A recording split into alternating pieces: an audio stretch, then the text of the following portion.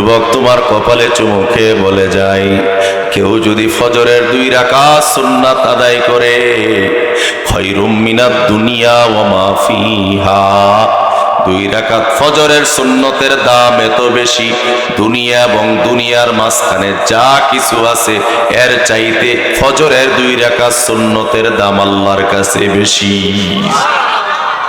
অন্তত দুনিয়াতে সম্পদ কম না বেশি?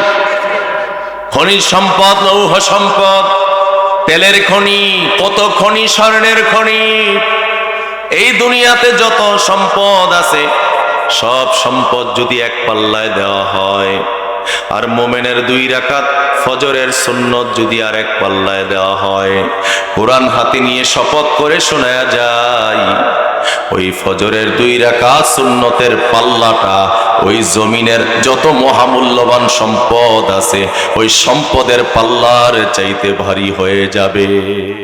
আসমান ঘুরে ঘুরে দেখলেন, প্রথম আসমান, দ্বিতীয় আসমান ঘুরে ঘুরে দেখলেন, তৃতীয়, চতুর্থ, পঞ্চম, ষষ্ঠ, সপ্তম আসমান। গোটা আসমানগুলো এক বিন্দু জায়গাও ফাঁকা নাই, এক বিন্দু জায়গা পা রাখার জায়গাও ফাঁকা নাই। জিব্রাইলকে নবী জিগায়, আকাশের মধ্যে এত আওয়াজ কেন? গুম গুম আওয়াজ শোনা যাচ্ছে। সুবহানাল্লাহ। জিবরাইল আমিন আল্লাহর হাবিবকে ডেকে বলে, ইয়া রাসূলুল্লাহ, ওগো আল্লাহর নবী, প্রথম আসমান, দ্বিতীয় আসমান, তৃতীয়, চতুর্থ, পঞ্চম, ষষ্ঠ, সপ্তম আসমান, সব আসমানগুলোতে এত পরিমাণ ফেরেশতা আল্লাহ বানায়া নিযুক্ত করে রাখছেন, কেউ দাঁড়ায়া দাঁড়ায়া আল্লাহর প্রশংসা করবে ইলা ইয়াউমিল কিয়ামা, কেউ বসে বসে আল্লাহর তাসবিহ জপবে ইলা ইয়াউমিল কিয়ামা, কেউ সেজদা দিয়া পড়ে থাকবে কিয়ামত পর্যন্ত। তাহলে গোটা দুনিয়ার কেউ যদি একবারও আল্লাহকে আল্লাহ না বলে, আল্লাহর গোলামের আল্লাহ ডাকার মতো মাখলুকের অভাব হবে না। ঠিক না বে ঠিক? তাহলে যারা আল্লাহ ডাকবে, যারা প্রশংসা করবে, তাদের 100% লাভ তাদের হয়ে যাবে। সুবহানাল্লাহ। আমরা মাহফিলে আসছি লাভবান হওয়ার জন্য নাকি লসে যাওয়ার জন্য? পিছনের তারা বলেন না লাভ হওয়ার জন্য না। আজকে আমরা এমন একটা কিতাব থেকে কথা শুনবো, যেই কিতাবটা নাজিল করেছেন কে? সবাই কইছে না, কে নাজিল করেছেন? আওয়াজ করে বলুন, এই কিতাবে কোনো ভুল আছে নাকি? ভুল হওয়ারও কোনো সম্ভাবনা আছে নাকি? ভুল যে নাই। পৃথিবীর কোনো কিতাব, কোনো বই লেখার পরে রাইটার প্রথম পৃষ্ঠায় লেখে, আমার বইয়ে যদি কোনো ভুল হতেও পারে, কেউ যদি ধরিয়ে দেন আমি চিরকৃতজ্ঞ থাকব। নোবেল পড়েন, সাহিত্য পড়েন, বিভিন্ন যে লিটারেচার পড়েন, সব রাইটাররা এই বিষয়টা প্রথম পৃষ্ঠার মধ্যে ক্লিয়ার করে। আমার আল্লাহ 1000 বছর আগে 30 পারা কোরআন মানব জাতির জন্য কনস্টিটিউশন, সংবিধান করে নাজিল করেছেন। সেই কনস্টিটিউশন, সংবিধান আল্লাহ তাআলা জানায়া দিলেন সূরা বাকারার 2 নম্বর আয়াত, যালিকাল কিতাবু লা রাইবা ফীহি হুদাল লিল মুত্তাকিন। আওয়াজ করে বলুন সুবহানাল্লাহ। আমরা এমন একটা কিতাবের অনুসারী, যেই কিতাবের মধ্যে একটা নক্তা, একটা হরফের কোনো ভুল খুঁজে পাওয়া যায় না। কন্যা সুবহানাল্লাহ। সেই কিতাব থেকে যারা কথা বলে, মান ক্বালা বিহি সাদাকা, যে কোরআন দিয়ে কথা বলে সে যেন সত্য কথা বলে। ওমান হাকামা বিহি আদালা, যে কোরআন দিয়ে বিচার ফায়সালা করে সে যেন ন্যায় বিচার করে। ওমান আমিলা বিহি উজিরা, যে কোরআন দিয়ে দৈনন্দিন আমলগুলা করে, আল্লাহ তাআলা এই কোরআনের কারণে, আমল করার কারণে, এই কোরআন অনুযায়ী চলার কারণে তাকে হাসরের ময়দানে উজরত হিসাবে আল্লাহর জান্নাতটা দিয়ে দেবে। জোরে কোন সুবহানাল্লাহ। তাহলে আমরা এই মাহফিল থেকে জানাই দিতে চাই, আমরা দুনিয়ার কোনো মানব রচিত মতবাদ মানি না, মানব না। কোরআন হবে আমাদের আগামী দিনের সংবিধান, চলার পথে কথা বলুন ঠিক না বে ঠিক? কারা কারা রাজি আছেন দুহাত তুলে আমার আল্লাহকে দেখান।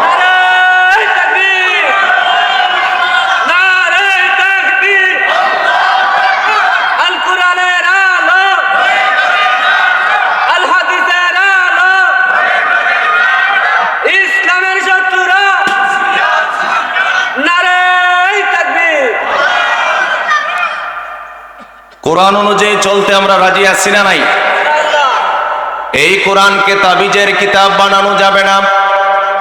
এই কোরআনকে শুধু ইমামতির জন্য কিতাব বানানো যাবে না।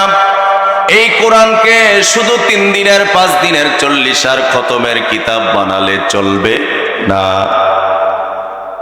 এই কোরআন অনুযায়ী আপনার ব্যক্তি জীবন, পারিবারিক জীবন, সামাজিক জীবন, অর্থনৈতিক জীবন, আপনার ব্যবসা নীতি, সমাজনীতি, অর্থনীতি, রাজনীতি, স্বরাষ্ট্রনীতি, পররাষ্ট্রনীতি যদি আপনি আল্লাহর কোরআন দিয়ে চালাইতে পারেন, আল্লাহর কোরআন অনুযায়ী চলতে পারেন, আল্লাহে আল্লাহর কসম করে বলি, যে নবী কোরআন অনুযায়ী চলার কারণে, কোরআন দিয়া সমাজ চালানোর কারণে নবী ঘোষণা দিয়েছেন, খৈরুল কুরুনি করনি, সর্বশ্রেষ্ঠ যুগ হলো আমি নবী মুহাম্মদের যুগ। সুবহানাল্লাহ। সমাজে চুরি থাকবে না, ডাকাতি থাকবে না, ছিনতাইকারী থাকবে না, সমাজে লুটতরাজকারী থাকবে না, দুর্নীতিবাজ থাকবে না, সমাজে কোনো মানুষের রক্ত নিয়ে ছিনিমিনি খেলবে না, কোনো মানুষের ওপরে হিংস্র জানোয়ারের মতো আক্রমণ করবে না। যদি কোরআনের রাজ কায়েম হয়ে যায়, কোরআনের সংসদ যদি কায়েম হয়ে যায়, কোরআন যদি হয়ে যায় সংবিধান, আর মানুষগুলো হয়ে যায় যদি সৎ, তাহলে বাংলাদেশের ভূখণ্ডটা আল্লাহ তাআলার জান্নাতের একটা টুকরা হয়ে যাবে। ঠিক না বে ঠিক? আগামী দিনে সংসদে কোরআন যাক, এটা আমরা চাই কি চাই না? সবাই চায় না তো? চাই কি চাই না?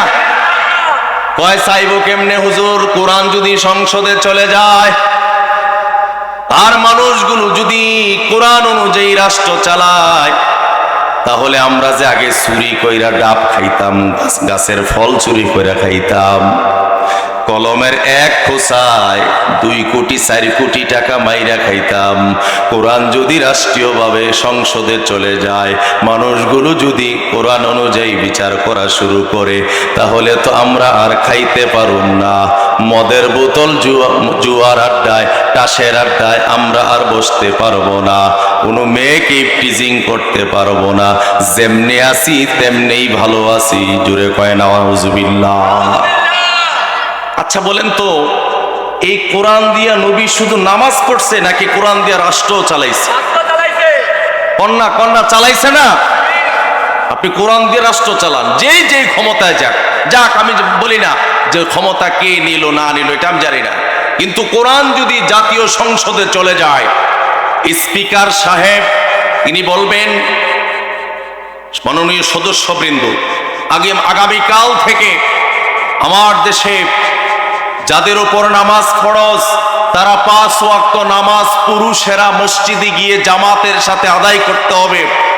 যদি না আদায় করে তার 6 মাসের জেল, 5000 টাকা জরিমানা। এই রায়ের পক্ষে কারা কারা আছেন হা বলুন। তখন আল্লাহর কোরআনের পক্ষের মন্ত্রী এমপিরা বলবে হা, চিল্লায় বলবে হা, তখন হা জয়যুক্ত হয়ে যাবে। আর গোটা 2-4 জন নাস্তিকেরা মাথায় চুল নাই, তারা নাচতে কইব, শোনাও যাবে না। ওই হা জয়যুক্ত হয়ে যাওয়ার কারণে পরের দিন থেকে কোন মুসল্লি জোর করে মসজিদে আনতে হবে না, অটোমেটিকলি আজান শোনার সাথে সাথে মসজিদ ভরপুর হয়ে যাবে মুসল্লিতে। কথা বলেন ঠিক না বে ঠিক? এখন মসজিদে টাইলসের অভাব নাই, এসির অভাব নাই, আইপিএস কারেন্ট চলে গেছে কোন সময় টেরও পায় না। কথা বলেন ঠিক না বে ঠিক? কিন্তু মুসল্লি নাই।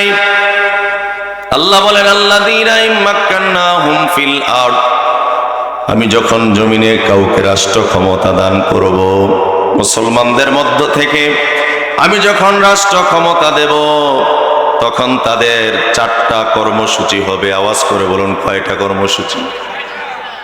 কন্যা কয়টা? আমি যদি কোরআনের বাহিরে কথা বলি, বলেন তো আগুনের কেসি আছে না নাই? আসেনি? আল্লাযীনা ইম্মাক্কান্নাহুম ফিল আরদ, আমি যাদেরকে জমিনের খেলাফত দান করব, জমিনের মুলকিয়াত দান করব, ক্ষমতা দান করব। আওয়াজ করে বলুন ক্ষমতা দেওয়ার মালিক কে? ক্ষমতা নেওয়ার মালিক কে? দুনিয়ার মানুষের পরিকল্পনা একরকম, আর আমার মালিক আল্লাহ তাআলার পরিকল্পনা হলো আরেক রকম। দুনিয়ার মানুষের পরিকল্পনা বাস্তবায়ন হতেও পারে, নাও হতে পারে, আর আমার মালিক আল্লাহ যেই পরিকল্পনা করে, আওয়াজ করে বলুন, সেই পরিকল্পনা বাস্তবায়ন হবে কি হবে না? বিগত স্বৈরাচারেরা বলেছিল 2041 সাল, যারা দরবেশ বাবা, আপনারা দেখেছেন সালমান এফ রহমান, আমার দেশে যত টাকা বাজেট হয়, জাতীয় বাজেট, ওই বাজেটের অর্ধেক টাকা, এই পরিমাণ টাকা দুর্নীতি করে বিদেশে বাড়ি বানাইছে, বিদেশের সুইস ব্যাংকে জমা করেছে। দেখা গেছে ক্ষমতা এমন হয়ে গেছে, ক্ষমতা যখন চলে গেছে, দাড়ি আর মুখে নাই, ক্লিন শেভ, দামি শার্ট আর গায়ে নাই, নরমাল শার্ট, দামি প্যান্ট আর পরনে নাই, লুঙ্গি পড়ছে। কথা বলে না কেন, ঠিক নেবে? এটা কি বাস্তব না অবাস্তব? যুবকরা চিল্লায়, অবাস্তব না অবাস্তব? তাহলে ক্ষমতা কার? আল্লাহর ক্ষমতা মিয়া। আল্লাহ জানাই দিলেন, ক্ষমতা যখন আমি তোদেরকে দেব, তোমরা জুলুম করো না, অন্যায় করো না, অবিচার করো না। বলো, হামসে বড় কিয়া হয়, আমার চাইতে বড় আর কে? এটা যদি তোমরা ক্ষমতার চেয়ার পাইয়া করো, আমি ফেরাউনকে যেভাবে পানিতে চুবাইয়া মারছি, নমরুদরে যেভাবে একটা ল্যাংরা মশা নাক দিয়া ঢুকাইয়া ব্রেইনে কামড়াইয়া মারছি, আমি কিন্তু সেই আল্লাহ এখনো আছি, কেয়ামত পর্যন্ত থাকবো। শুধু কেয়ামত পর্যন্ত না, সবাই ধ্বংস হয়ে যাবে, বাকি রয়ে যাবে কে? আল্লাহ আল্লাহ আল্লাহ আল্লাহ আল্লাহ। বাকি রয়ে যাবে কে? জোরে কন্যা সুবহানাল্লাহ। তাহলে রাষ্ট্র ক্ষমতা দিলে আল্লাহ তাআলা 4টা কর্মসূচি দিয়েছেন। 1 নাম্বার, আকামুস সালাহ, নামাজ কায়েম করতে হবে। 2 নাম্বার, ওয়াতুজ যাকাত, যাকাত প্রদান করতে হবে। যাকাত গভর্নমেন্ট কালেকশন করবে ধনীদের কাছ থেকে, রাষ্ট্রীয় কোষাগার বাইতুল মালে জমা করবে, যাকাত আদায়ের কর্মচারী থাকবে, ওই কর্মচারীরা ধনীদের কাছ থেকে যাকাত উত্তোলন করে রাষ্ট্রীয় কোষাগারে জমা দিবে। এবং সরকার, গভর্নমেন্ট মেম্বার, চেয়ারম্যান, মন্ত্রী, এমপি, তারা লিস্ট করে করে গরিবদের হাতে পৌঁছায়া দেবে। সুবহানাল্লাহ পড়বে না? এই সিস্টেমে যদি যাকাত কালেকশন হয়, বলেন তো আমার দেশে 10 বছর পরে টর্চ লাইট দিয়া খুঁজেও কোনো গরিব মানুষ পাওয়া যাবে না। কথা বলেন ঠিক না বেঠিক? একটা ঘটনা বলি। ঘটনা হলো আব্দুল খলিফা ওমর ইবনে আব্দুল আজিজ, যাকে 5ম খলিফা বলা হয় ইসলামের, তিনার আমলে এক লোক এরকম উস্কো খুস্কো চেহারা, দাড়ি মাখা, এরকম আউলা জাউলা কেশে, পাগলের বেশে, পিছনে গাট্টি একটা নিয়া ঘুরতেছে। তিনি ঘুরতেছে ঘুরতেছে, কোথাও কোনো যাকাতের নেওয়ার মতো লোক পাওয়া যায় কিনা। কিছু দূর হাঁটার পরে এক লোকের সাথে দেখা হলো। ওই লোক বলতেছে যে, ভাই, আপনাকে তো মনে হয় খুব দরিদ্র, হত দরিদ্র, আপনি মনে হয় কিছু খান নাই, মনে হয় আপনার কিছুই অর্থ সম্পদ মনে হয় নাই। আমি অনেকগুলো যাকাতের অর্থ নিয়ে ঘুরতেছি, আজকে অনেক দিন হয়ে গেল, 3 দিন হয়ে গেল, একটা লোককেও পাচ্ছি না, তাকে যাকাত দিয়ে আমি হালকা হব। সুবহানাল্লাহ। কি শাসন ব্যবস্থা ছিল! সুবহানাল্লাহ সুবহানাল্লাহ। কয়, আমি 3 দিন ঘুরতেছি, গরিব মানুষ তালাশ করতেছি যাকাত দেওয়ার জন্য। রাষ্ট্রীয় ব্যবস্থাপনায় যখন কোরআন চলে যাবে, কোরআনের আইন যখন রাষ্ট্রে কায়েম হবে, এই কোরআন যখন সংসদে চলে যাবে, মানুষগুলো যখন সৎ হবে, দেখেন পরিবেশ কত সুন্দর হবে। 3 দিন ঘুরতেছে যাকাতের টাকা দেওয়ার জন্য, কোথাও একজন গরিব মানুষ পায় না। ওই লোক কয়, বেটা আপনি ঘুরেন কয়দিন? কয়, আমি 3 দিন। কয়, আমি 3 মাস ঘুরতেছি, কোথাও এই জনপদে একটা গরিব মানুষ পাই না। আপনি কি সম্পদ নিয়ে ঘুরেন, আমি এর চাইতে ডাবল সম্পদ নিয়ে ঘুরতেছি। আমাকে মনে করতেছেন আমি গরিব, আপনি জাকাতের টাকা দিয়ে হালকা হতে চান, আপনার হক আদায় করতে চান। আপনি ঘুরতেছেন 3 দিন, আমি ঘুরতেছি 3 মাস, একটা গরিব মানুষ পাই না, এই জনপদে আমি জাকাতের টাকা দেব। দেখছেন, এই কোরআন যখন রাষ্ট্র ক্ষমতায় চলে গেছে, জাকাত ব্যবস্থাপনা যখন এমন হয়ে গেল যে একটা গরিব মানুষ পাওয়া যাচ্ছে না জাকাতের টাকা নেওয়ার জন্য, সুবহানাল্লাহ পড়বেন না। আর কোরআন ছাড়া মানুষের তৈরি করা মতবাদ দিয়ে যখন সংসদে যায়, নর্তকীরা নাচে, তারা সংসদ সদস্য হয়ে যায়। মমতাজের মতো একটা গায়িকাকে সংসদে নিয়ে জাতীয় সংসদকে জনমের মতো কলঙ্কিত করা হয়েছে। কথা বলেন ঠিক না বেঠিক? গায়িকা হয়ে গেছে সংসদ সদস্য, নায়ক হয়ে যায়, ড্যান্স মারে, পেট খালি পিঠ খালি, বুকের উপর 2 নকটা, এরকম পর্দা নাই, কুশিদা নাই। এই নগ্ন নারীদেরকে সংসদে নিয়ে পুরো সংসদকে অপবিত্র করা হয়েছে। কথা বলুন ঠিক কিনা? আচ্ছা, আমার দেশে হিন্দু বেশি না মুসলমান বেশি? যুবকরা কথা কয় না কেন? হিন্দু না মুসলমান? মুসলমান বেশি, 95% মুসলমান। হিন্দু তালাশ করে পাওয়া যাবে না, বৌদ্ধ এত পাওয়া যায় না, খ্রিস্টান এত পাওয়া যায় না। যদি আমাদের 95% মুসলমান যারা আল্লাহর আইনে নামাজ পড়ে, আল্লাহর আইনে রোজা রাখে, আল্লাহর আইনে জাকাত দেয়, আল্লাহর আইনে হজ করে, ওই মুসলমানেরা যদি সবাই মিলে এক হয়ে যায়, কি বিএনপি, কি আওয়ামী লীগ, কি জাসদ, কি বাসদ, মানুষের তৈরি করা ইজম দিয়ে শান্তি হবে না। মানুষের তৈরি করা মতবাদ দিয়ে রাষ্ট্র চালাইলে রাষ্ট্রে চুরি বন্ধ হবে না, ডাকাতি বন্ধ হবে না, লুটতরাজ বন্ধ হবে না, দুর্নীতি বন্ধ হবে না।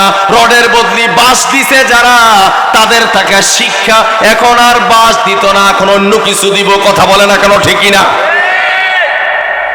যদি কোরআনের শাসন চলে যায়, মানুষগুলো যদি সৎ হয়ে যায়, কোরআন দিয়ে যদি রাষ্ট্র পরিচালনা করে, বিচার করার সময় ঘুষ খাইয়া বিচার করবে না। বলেন তো, হাজী সাহেব ঘুষ খাইয়া বিচার করে এমন হাজী সাহেব আছে না নাই? এই এলাকায় মনে হয় নাই। কথা কানা কেন? আছে। হাজী সাহেব হজ করে আসছে, সুদে টাকা লাগায় এমন হাজী সাহেব আছে না নাই? আসেনি? সুদে টাকা লাগায়, কয় হাওলাত চাইলে কয় হুজুর মাফও চাই, দুয়াও চাই, আমার কাছে তো টাকা নাই। একটু আড়ালে নিয়ে যখন হাজী সাহেব রে কানে কানে কওয়া হয়, হাজী সাহেব একটু লাইরা সেরা দিমু, দেন না থাকলে বড় বিপদে পড়ছি। কখন ওই হাজী সাহেব কয়, আমার মাইয়ায় কটা টেহা আমার কাছে আমানত রাখছে, একটু বাড়াইয়া সারাইয়া দেওয়ার লাইয়া। আমার দেশের মুসলমান হাজী সাহেব মুখে দাড়ি সাদা হয়ে গেছে, মাথার চুল সাদা হয়ে গেছে, 5 ওয়াক্ত নামাজ পড়তে পড়তে কপালে কর পড়ে গেছে, হাঁটুতে কর পড়ে গেছে। এখন ওই হাজী সাহেবেরা নিঃসন্দেহাতীত ভাবে বিনা রিক্সে 1 লাখ টাকায় 1,30,000 পত্তনের নামে সুদ খায়, এমন সুদী হাজী সাহেব এই এলাকায়ও আছে না নাই? আসতে কোন কেন? শরম লাগে? আপনার নামাজ কোন কাজ হইব না তো, এই তাফসির মাহফিল কোন কিছুই কাজ হবে না। আপনি সুদ বন্ধ করতে হবে, ঘুষ বন্ধ করতে হবে, দুর্নীতি বন্ধ করতে হবে। যদি আল্লাহর জান্নাতে যেতে হয়, নিষেধগুলো ছাড়তে হবে, আল্লাহর আদেশগুলো মানতে হবে। রাজি আছি আমরা? সবাই তো রাজি না, বলে রাজি আছি ইনশাল্লাহ। আমরা কোথায় যেতে চাই? মৃত্যুর পরে আমরা কোথায় যেতে চাই? বলেন তো, জান্নাত বেশি দূরে নাকি কাছে? কত কাছে? হ্যাঁ, কত কাছে? ব্যাখ্যা হলোই, আল্লাহর হাবিব বলেন কারো কবর হবে হুফরাতুম মিন হুফারিন নার, আবার কারো কবর হবে রাউযাতুম মিন রিয়াজিল জান্নাহ। জোরে বলুন না সুবহানাল্লাহ। আপনি যদি এখন মারা যান, কেউ যদি মারা যায়, তার কাছে 2 জন ফেরেশতা চলে আসবে, আতা মালাকাইন 2 জন ফেরেশতা আসবে, আসার পরে বসানো হবে। বসানোর পরে জিজ্ঞেস করবে মার রব্বুক, তোমার রবকে? ও দেবিদ্যার রামের দিঘির পারবাসী, বলুন তো আমাদের রবের নাম কি? এখনো সবাই কইছে না, বলেন আমাদের রবের নাম কি? আরো জোরে বলতে হবে কি নাম? 2 নাম্বার, আমা দীনুক, তোমার দিন কি? আমাদের দিন কি? আমার নবীও। 3 নাম্বার প্রশ্ন, আমাদের নবীকে? মুহাম্মদুর রাসূলুল্লাহ সাল্লাল্লাহু আলাইহি ওয়াসাল্লাম। এই 3টা প্রশ্ন যখন ফেরেশতা করবেন আর আমরা যখন জবাব দিতে পারবো, ফেরেশতা জিগাইব কোন কিতাব পড়ে পাইছো, তখন আমরা বলবো আল্লাহর কোরআন পড়ে পড়ে আল্লাহ যে আমাদের রব, ইসলাম যে আমাদের ধর্ম, মুহাম্মদ যে আমাদের নবী, এই 3টা প্রশ্নের জবাব আমরা আল্লাহর কোরআন পড়ে পেয়ে গেছি। 3টা প্রশ্নের জবাব কোরআনে আছে না নাই? ইন্নাল্লাযীনা ক্বালু রাব্বুনাল্লাহ, নিশ্চয়ই যে বা যারা বলবে আমার রব আল্লাহ, তাহলে আমরা জানলাম আমাদের রবকে। তারপরে 2 নাম্বার প্রশ্ন, আমাদের দিন ধর্ম হলো ইসলাম। আল্লাহ বলছেন ইন্নাদ-দীনা ইনদাল্লাহিল ইসলাম, আমাদের ধর্মের নাম হলো ইসলাম। কোরআনে আছে না নাই? আছে। 3 নাম্বার হলো আমাদের নবীর নাম মুহাম্মদ। আল্লাহ ঘোষণা করে দিলেন মুহাম্মাদুর রাসূলুল্লাহ, আল্লাযীনা মাআহু আশিদ্দাউ আলাল কুফার রুহামাউ বাইনাহুম। আল্লাহ পাক জানায় দিলেন মুহাম্মদ হলো আমি আল্লাহর রাসূল। তাহলে জানলাম কোরআন থেকে 3টা প্রশ্ন, আল্লাহ আমাদের রব, ইসলাম আমাদের ধর্ম, মুহাম্মদ হলেন আমাদের নবী। এই 3টা প্রশ্নের জবাব দেওয়ার সাথে সাথে আল্লাহ তাআলা গায়বী ভাবে একটা আওয়াজ দিয়ে বলবেন ফাফরিশু ফিরাশাল জান্নাহ, ও আমার ফেরেশতারা আমার এই বান্দার কবরে জান্নাত থেকে আরামদায়ক বিছানা এনে বিছায়া দাও। আর একটু আস্তে কোন সুবহানাল্লাহ। এটা প্রধানমন্ত্রীর জন্য বিছাইবো নাকি? প্রধানমন্ত্রীর পিএস যে 400 কোটি টাকা দুর্নীতি করে খাইছে তার জন্য দিব নাকি ফেরেশতার হাতুরার ফিডে আছে না নাই? কথা করা করা আছে না নাই? যারা দেশের টাকা পাচার করে বিদেশে বাড়ি বানিয়েছে তাদেরকে আল্লাহর ফেরেশতারা লোহার দুর্মুজ দিয়া কবরে মারবো। কথা বলেন ঠিক না বেঠিক? রেডি আছে? দুনিয়ার ক্ষমতা, পুলিশ, সেনাবাহিনী, বিজিবি, এগুলাই তো তোমার ক্ষমতায় রাখতে পারে নাই। তোমার রান্না করা খাবার পর্যন্ত তুমি খেয়ে যেতে পারো নাই। 45 মিনিট সময় চেয়েছ, তোমাকে 45 মিনিট সময়ও দেওয়া হয় নাই। তুমি বঙ্গভবনের পিছনের দরজা দিয়ে পালিয়েছ, তোমার মামা বাড়ি গিয়েছ। আল্লাহর কসম করে বলি, দুনিয়াতে যারা জুলুম করে তাদের পরিণতি এমনই হয়ে থাকে। কথা বলুন ঠিক কিনা? জুলুম যেই করবে তার পরিণতি এমনই হবে, ঠিক কিনা বলুন? তাহলে আল্লাহ রাব্বুল আলামিন বলবেন ফাফরিশু ফিরাশাল জান্নাহ, ও আমার ফেরেশতারা আমার এই বান্দার কবরে তোমরা জান্নাতের বিছানা বিছায়া দাও। ওয়ালবিসুহুম লিবাসাল জান্নাহ, আমার এই বান্দার গায়ে জান্নাতি পোশাক এনে পরায়া দাও। ওয়াফতাহ লাকা বাবাম মিনাল জান্নাহ, আমার এই বান্দার কবরের সাথে জান্নাতের সাথে একটা দরজা বানায়া দাও। মরবো না আমরা? মরবে না? মরবো না? আমরা ফেরাউনের মতো মরতে চাই না, আমরা মুসা নবীর মতো মরতে চাই। কথা বলেন ঠিক কিনা? আমরা নমরুদ মার্কা এরকম জাহিলি মৃত্যু চাই না। আমরা ইব্রাহিম নবী আমাদের বাবা, যিনি মিল্লাতা আবিকুম ইব্রাহিম, মুসলিম জাতির পিতার নাম হলো ইব্রাহিম, ওই আমাদের বাবা ইব্রাহিমের মতো মৃত্যু চাই। আবু জেহেলের মতো মরণ চাই না। আমরা নবী মুহাম্মদের মতো সানন্দে মরতে চাই। আমরা উতবার মতো মরতে চাই না। আমরা আবু বকরের মতো হাসি মুখে কালেমা নিয়ে মরতে চাই। কথা বলুন ঠিক কিনা? তাহলে কোরআনের পক্ষে থাকতে হবে না বিপক্ষে? কথা বলে না, কোরআনের পক্ষে না বিপক্ষে? তাহলে জান্নাত আমরা যেতে চাই। আজকে আমি আপনাদের সামনে যেই সূরা থেকে কথা বলবো, যতটুকু সময় আছে, আজকে ওই সূরার সর্বশেষ কথা হলো যে আল্লাহ তাআলা 7 শ্রেণীর মানুষকে, 7 গুণের অধিকারী মানুষকে জান্নাতুল ফিরদাউসটা ওয়ারিশ সূত্রে দান করে দিবেন। সুবহানাল্লাহ। আচ্ছা, আমরা কি দুনিয়াতে কেউ ছিলাম? কথা কনা ছিলাম? কে জবাব দিতে পারবেন আমরা কোথায় ছিলাম? আমরা ছিলাম রূহের জগতে। বলেন কোথায় ছিলাম? রূহের একটা জগৎ আছে, সেখানে আল্লাহ তাআলা আদম থেকে শুরু করে কিয়ামত পর্যন্ত যত মানুষ আসবে সমস্ত মানুষের রূহগুলো বানাইছে। রূহগুলো সৃষ্টি করার পর আল্লাহ তাআলা নিজেকে ওই রূহগুলোর সামনে প্রশ্ন করলেন, আলাস্তু বিরব্বিকুম, আমি কি তোমাদের রব নই? তখন আমরা যখন সেখানে রূহের জগতে কমিটমেন্ট দিয়ে আসছি, ক্বালু বালা, হ্যাঁ আল্লাহ আপনি হলেন আমাদের রব। সুবহানাল্লাহ। সেখানে কিন্তু মনমোহন সিং দুনিয়াতে আসছে হিন্দু, সেও কইছে আপনি আমার রব। নরেন্দ্র মোদী সেও কিন্তু বলছে আল্লাহ আপনি আমাদের রব। George W Bush, Donald Trump, যত বড় নাস্তিক বেঈমান, খ্রিস্টান, হিন্দু, বৌদ্ধ না ছাড়া আছে, সবাই বলেছিল আল্লাহ আপনি আমাদের রব। কিন্তু তাদের কিসমতে দুনিয়াতে আসার পরে কালেমা নসিব হয় নাই, রব বলে ডাকা নসিব হয় নাই।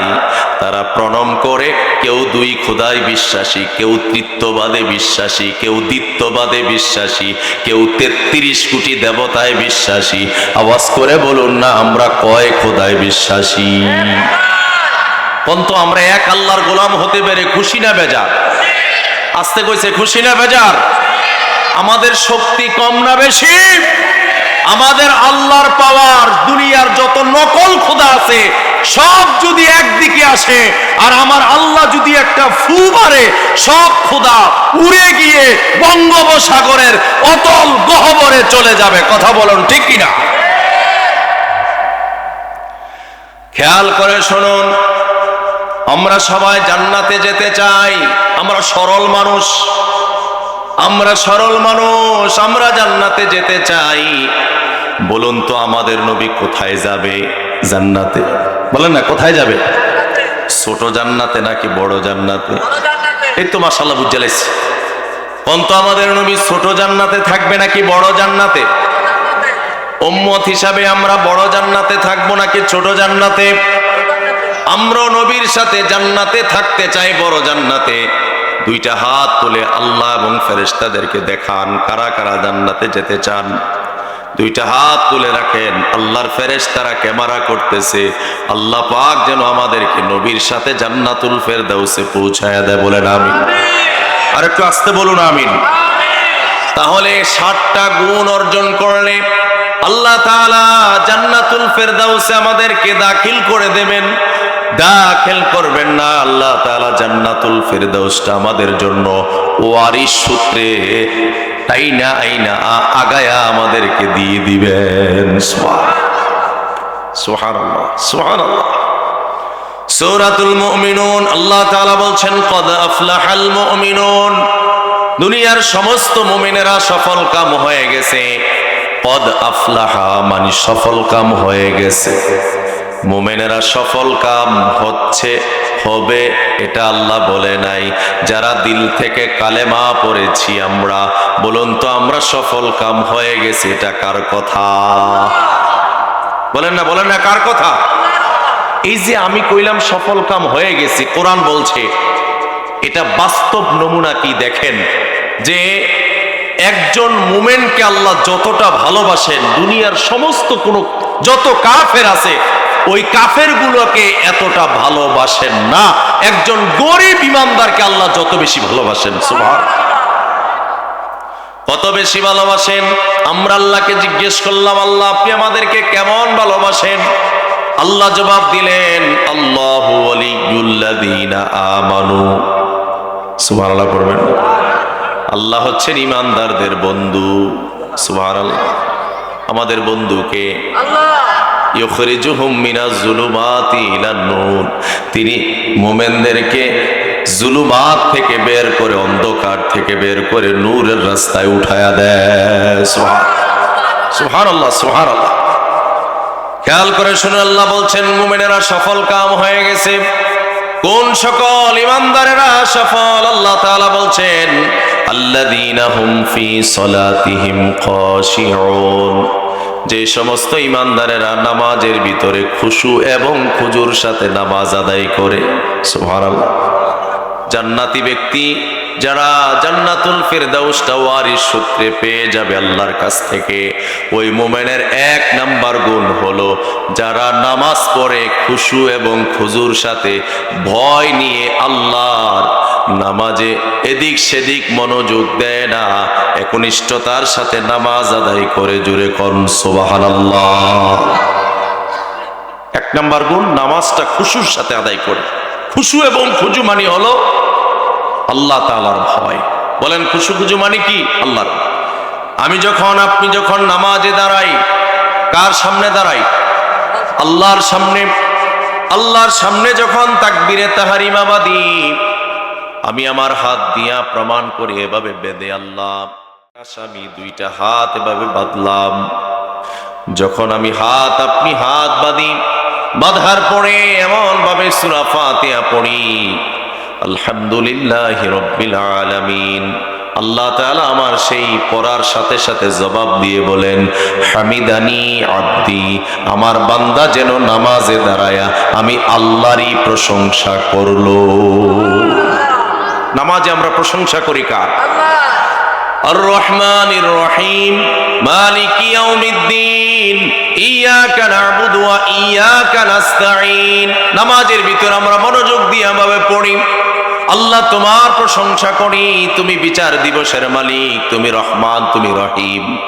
এরপরে বলি ইয়াকা না'বুদু ওয়া ইয়াকা নাস্তাঈন, আমরা কেবল তোমারই গোলামি করি, তোমারই কাছে সাহায্য চাই।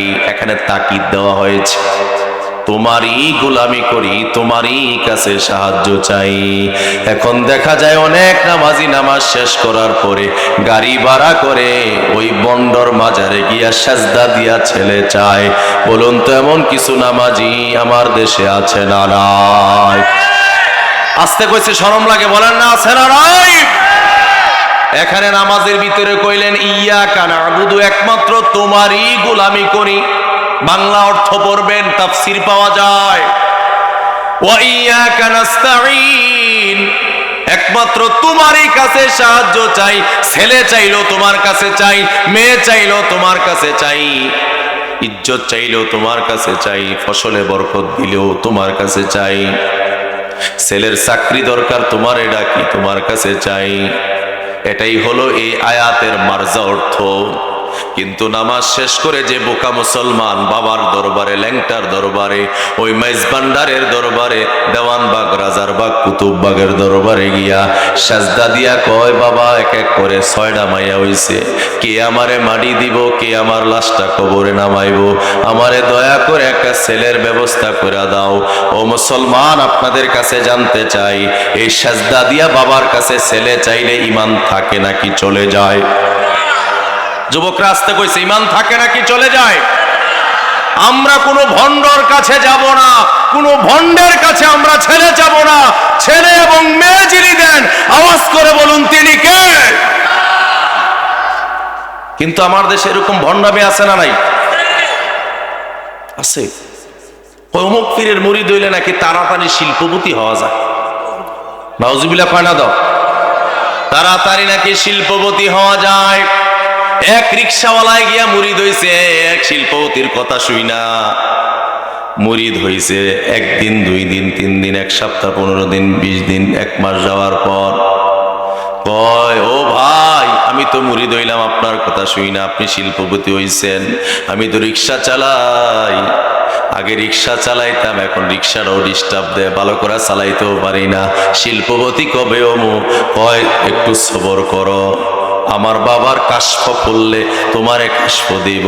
দেখা গেছে 1 বছর 2 বছর গেছে, ওই রিক্সাওয়ালায় আস্তে আস্তে আরো গরিবের দিকে গেছে।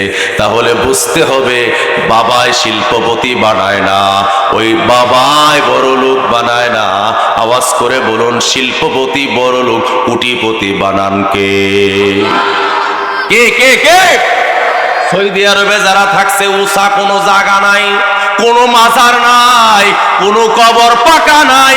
কিন্তু আমার দেশে এমনও পীর আছে, আগে ওসিয়ত করে যায় আমি অমুক পীরের মুরিদ, আমার পিসাব যেভাবে কবরে গেছে কবরকে আগে পাকা বানায়, ঢালাই করে তোষক বিছায়, তোষকের উপরে চাদর বিছায়, চাদরের উপরে কোল বালিশ দেয়, মাথার নিচে বালিশ দিয়া আমারে কবর দিও যেন কবরে শান্তিতে থাকতে পারি। নাউজুবিল্লাহ। আমি এক সফরে গেলাম, যাওয়ার পরে দেখলাম কবরের উপরে কোল বালিশ, মোমবাতি। আমি জিগাইলাম এন কোল বালিশ কিল্লেগা? কয় হুজুর কবরের উপরে আপনি বালিশ দেখে আশ্চর্য হইছেন, এই কবরটা উপরে যেমন ফাঁকা, কবরটার ভিতরেও এর চাইতে আরো শক্ত মজবুত করে পাকা। পাকা শুধু না, বাবাই যেন কষ্ট না পায় শীতে, এজন্য তোষক দিয়া, চাদর দিয়া, বালিশ দিয়া বাবারে শোয়ানো হইছে। ও মুসলমান, আপনাদের কাছে জানতে চাই, কবর পাকা করা, কবরের ভিতরে তোষক দেওয়া, বালিশ দেওয়া, এটা জায়েজ নাকি হারাম? কথা কয় না, জায়েজ না হারাম? কবর সবার জন্য এক। প্রাইম মিনিস্টার মারা গেলে যেই তরিকায় কবর হবে, একটা রিকশাওয়ালা, ঠেলাওয়ালা, দিনমজুর মারা গেলে তার কবরটাও একই রকম হবে। ইমানের কারণে, আমলের কারণে কারো কবর হয়ে যাবে জান্নাতের একটা বিশাল ময়দান, আর কারো কবর হয়ে যাবে জাহান্নামের গর্ত। কথা বলেন ঠিক কিনা?